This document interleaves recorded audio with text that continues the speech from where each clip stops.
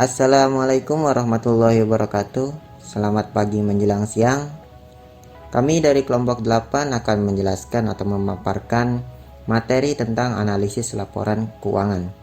Kami beranggotakan 4 orang, ada Ajeng Eka Putri, Anisha Nursyifa, Ceriantisa, serta saya sendiri Hanan Bayu Perdana. Poin-poin yang akan kami jelaskan terdiri dari pengertian analisis laporan keuangan itu sendiri, dan yang kedua, jenis-jenisnya. Mohon disimak baik-baik ya teman-teman. Analisis laporan keuangan. Kita harus memahami dulu arti perkata dari analisis dan laporan keuangan. Yang pertama, analisis, yang berarti penguraian suatu pokok atas berbagai bagiannya dan penelaahan bagian itu sendiri, serta hubungan antar bagian untuk memperoleh pengertian yang tepat dan pemahaman arti keseluruhan.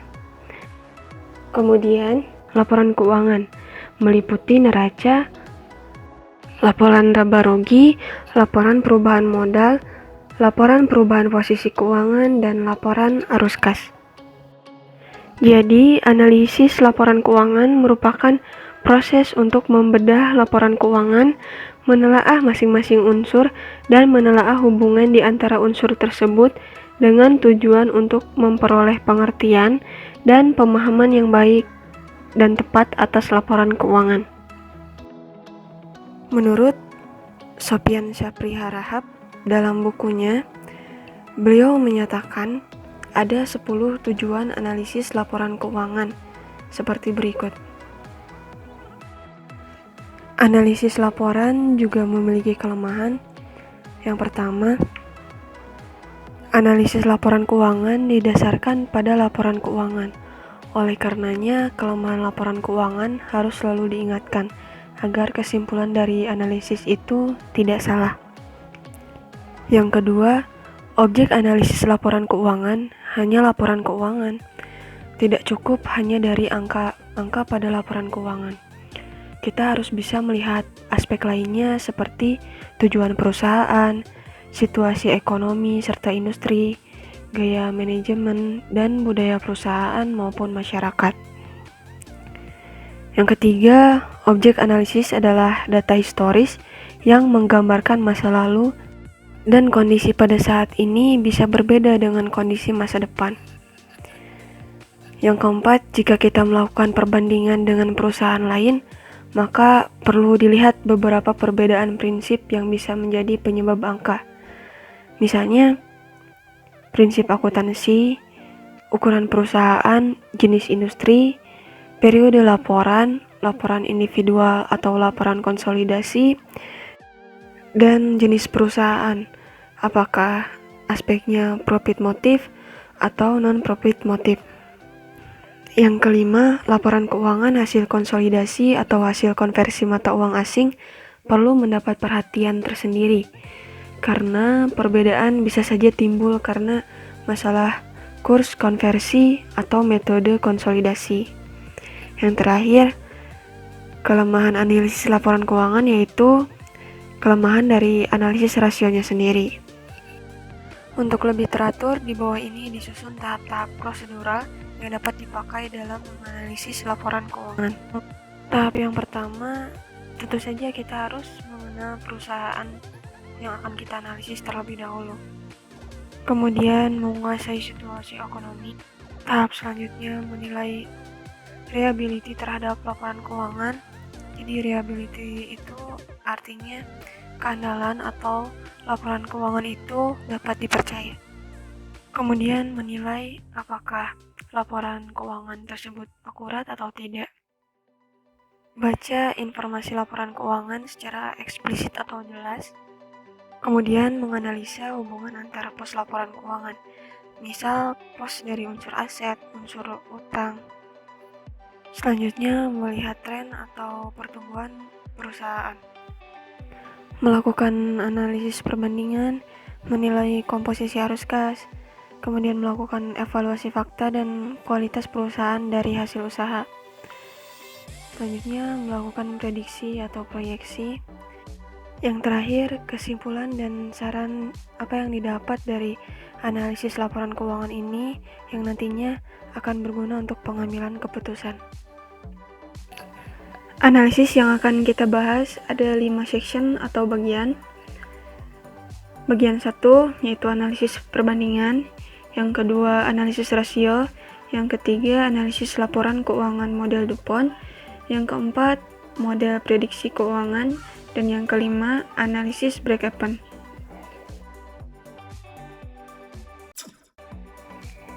Oke, kita masuk ke section 1 yaitu analisis perbandingan.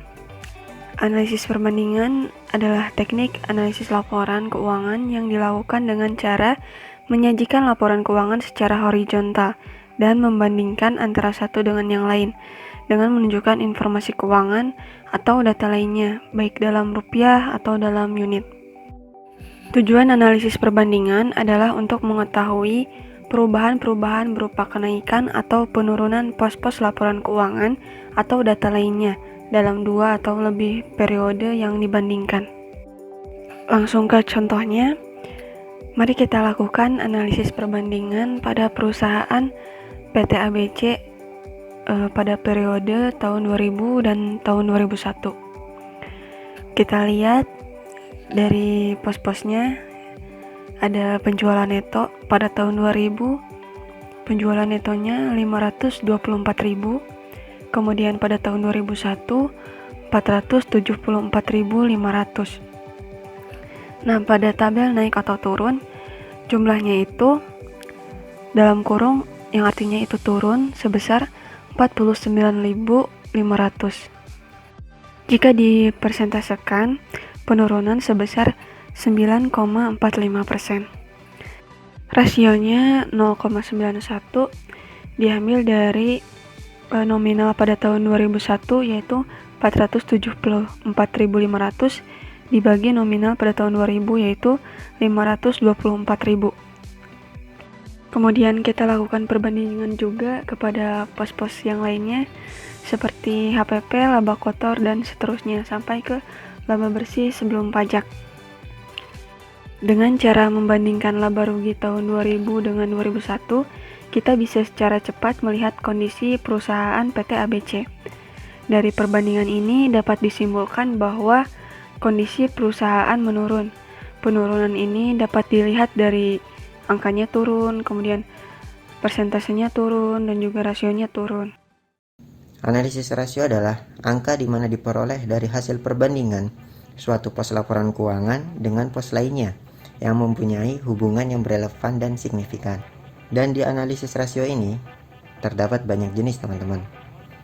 Ada likuiditas, solvabilitas, profitabilitas, produktivitas. Masing-masing sangat berperan penting dalam mewujudkan keputusan bagaimana keberlangsungan perusahaan tersebut. Karena sudah dibahas di kelompok 2 bagaimana rumusnya, perhitungannya, jenis-jenisnya, kita di sini akan mencoba menerapkannya. Ada perusahaan jamu nih, namanya PT Industri Jamu dan Farmasi Sido Muncul. Bidang usahanya adalah jamu herbal, makanan dan minuman, farmasi atau obat-obatan. Kita coba melihat kondisi keuangan perusahaan tersebut di kuartal 3 2020. Kita analisis pertumbuhan dulu. Analisis pertumbuhan ini ada 2, pertumbuhan aset dan pertumbuhan sales atau penjualan. Ada jargonnya semua, semakin tinggi berarti semakin baik.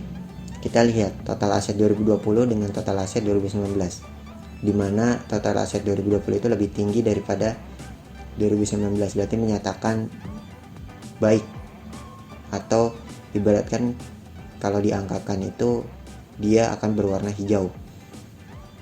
Terus lihat penjualannya, pertumbuhan penjualannya di tahun 2020 penjualannya meningkat sebesar 2.257 miliar dari 2019 sebesar 2.128 miliar.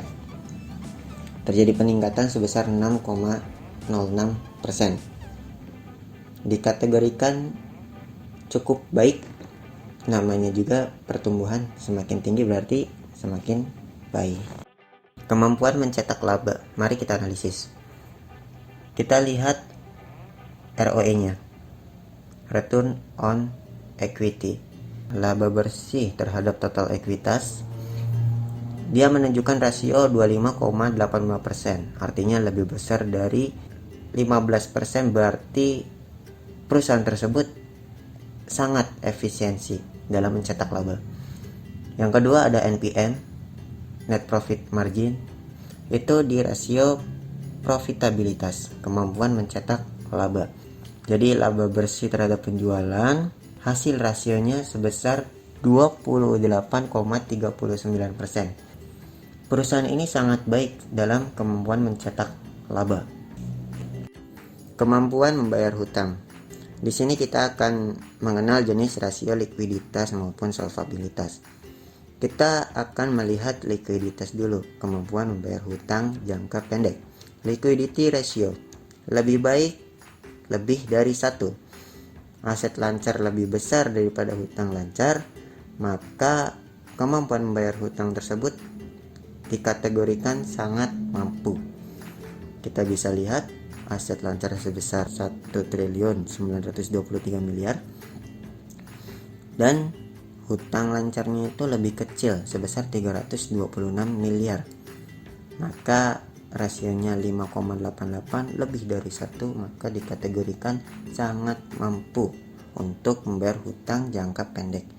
Untuk solvabilitas ada DER, lebih baik kurang dari 1. Nah, ini beda nih. Di mana total hutangnya itu lebih kecil daripada total ekuitasnya, maka hasilnya 0,12, kurang dari 1. Sangat mampu dalam kemampuan membayar hutang jangka panjang. Jadi kalau misalkan hutang lebih besar daripada modal, itu bahaya banget.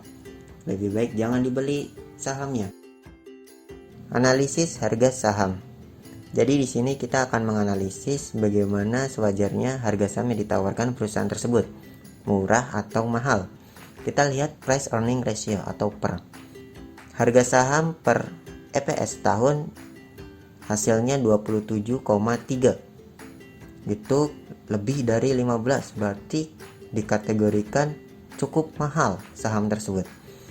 Terus kita lihat price book value, menunjukkan angka 7,27, lebih dari 1, berarti sangat mahal. Kategorinya semua angka merah.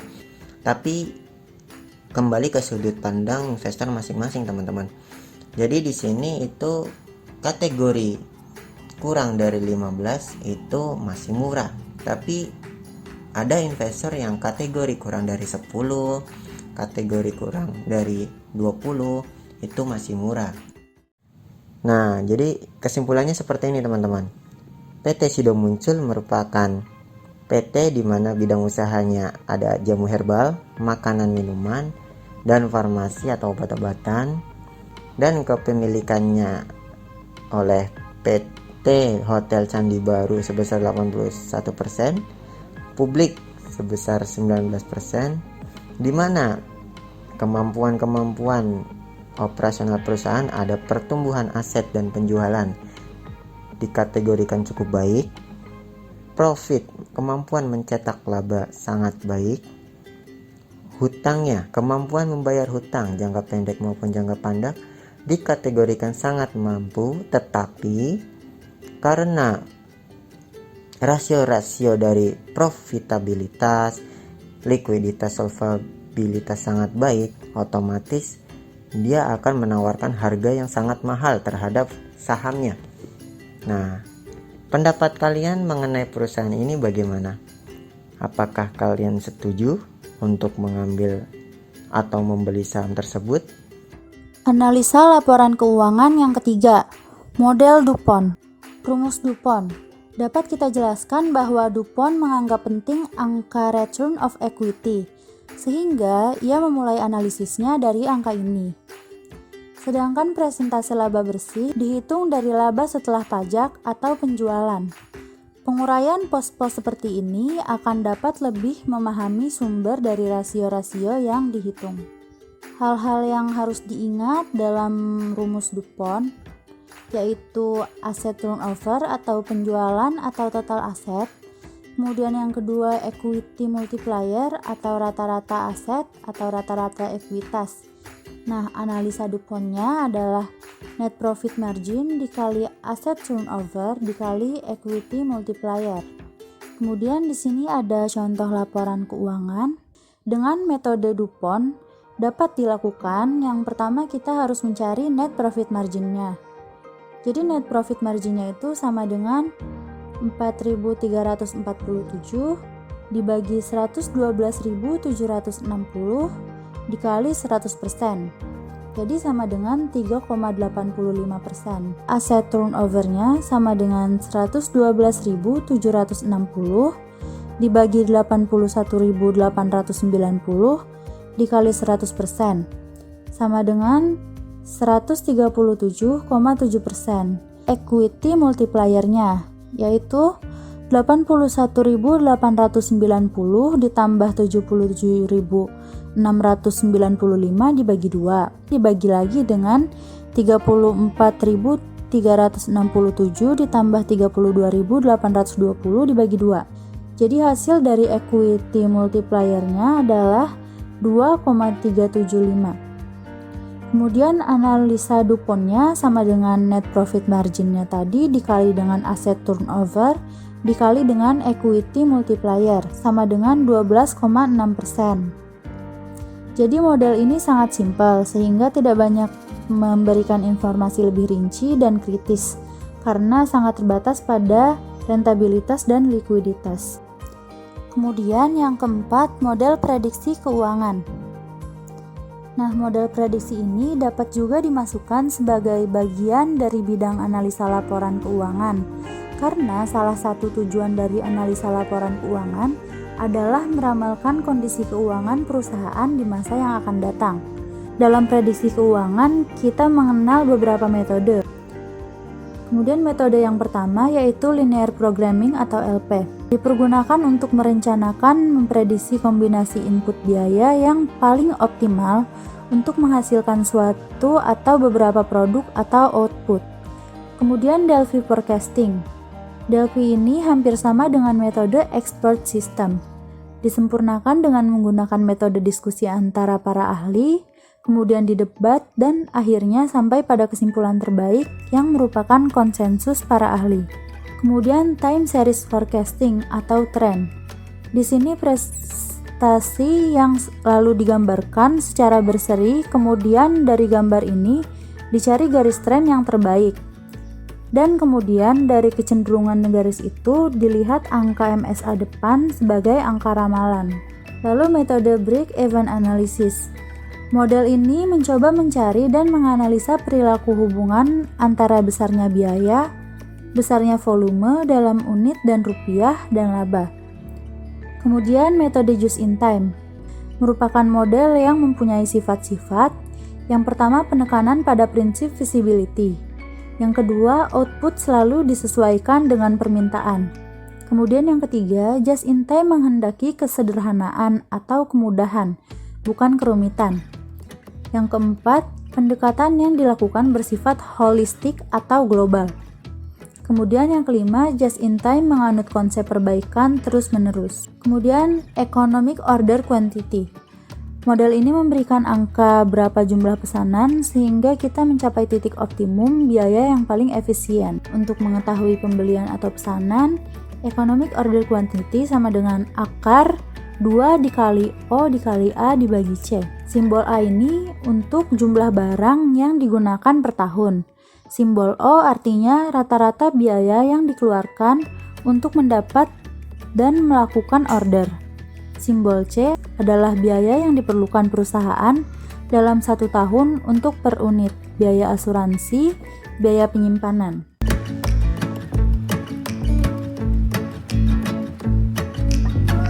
Persamaan dari TR atau total revenue sama dengan TC atau total cost. Nah, total revenue itu rumusnya adalah P kali Q atau price kali quantity. Kemudian total cost adalah FC plus VC, fixed cost plus variable cost. Nah, dari rumus tersebut kita mendapatkan rumus yaitu Q kali P P min V sama dengan FC, di mana V adalah harga variabel cost per unit. Nah, dari soal tadi, maka yang belum diketahui adalah quantity. Maka kita cari kuantitinya adalah dengan rumus FC plus VC per P sama dengan 40.000 per 2 min 1,2. Hasilnya 50.000 unit. Kegunaan lain dari analisis break-even point. Analisis break-even point ini sangat bermanfaat untuk mengetahui hubungan antara cost, volume, harga, dan laba. Misalnya, kita ingin mencapai laba tertentu, maka kita akan dapat mengetahui berapa unit barang yang harus kita jual. Dari contoh soal tadi, misalkan kita menginginkan laba sebesar Rp8.000, maka perhitungannya adalah sebagai berikut. Jika rumus keadaan BEP tadi adalah P kali Q sama dengan FC plus VC, maka jika kita menginginkan laba Rp8.000, maka rumusnya P kali Q sama dengan FC plus VC ditambah 8.000. Nah, dari perhitungan tadi, dengan memasukkan harga-harga yang sudah diketahui di soal, maka hasilnya Q sama dengan 60.000 unit. Nah, jadi untuk mendapatkan laba sebesar 8.000, kita harus dapat menjual sebanyak 60.000 unit, atau volume penjualan harus Rp120.000, karena price-nya tadi 2.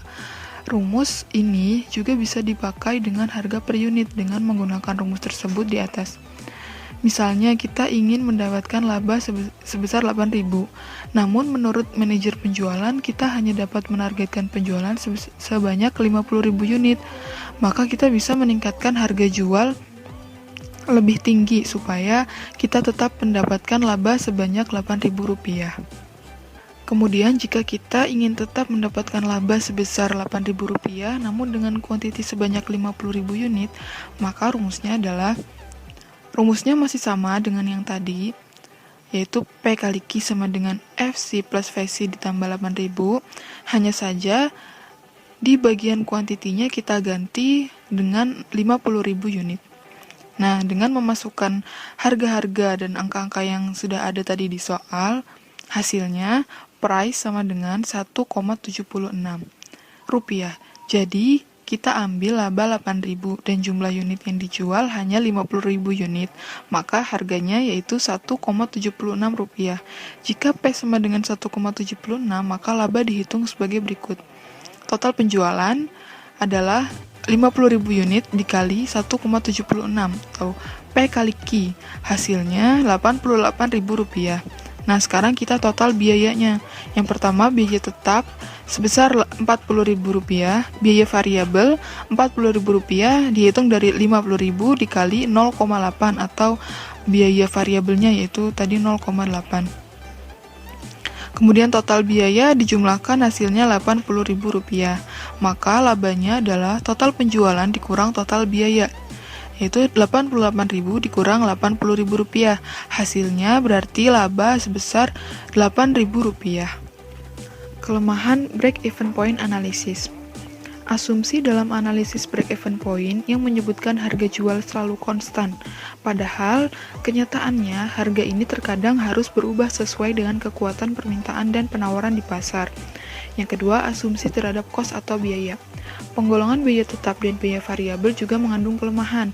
Dalam keadaan tertentu, untuk memenuhi volume penjualan, biaya tetap tidak bisa berubah karena pembelian mesin-mesin atau peralatan lainnya.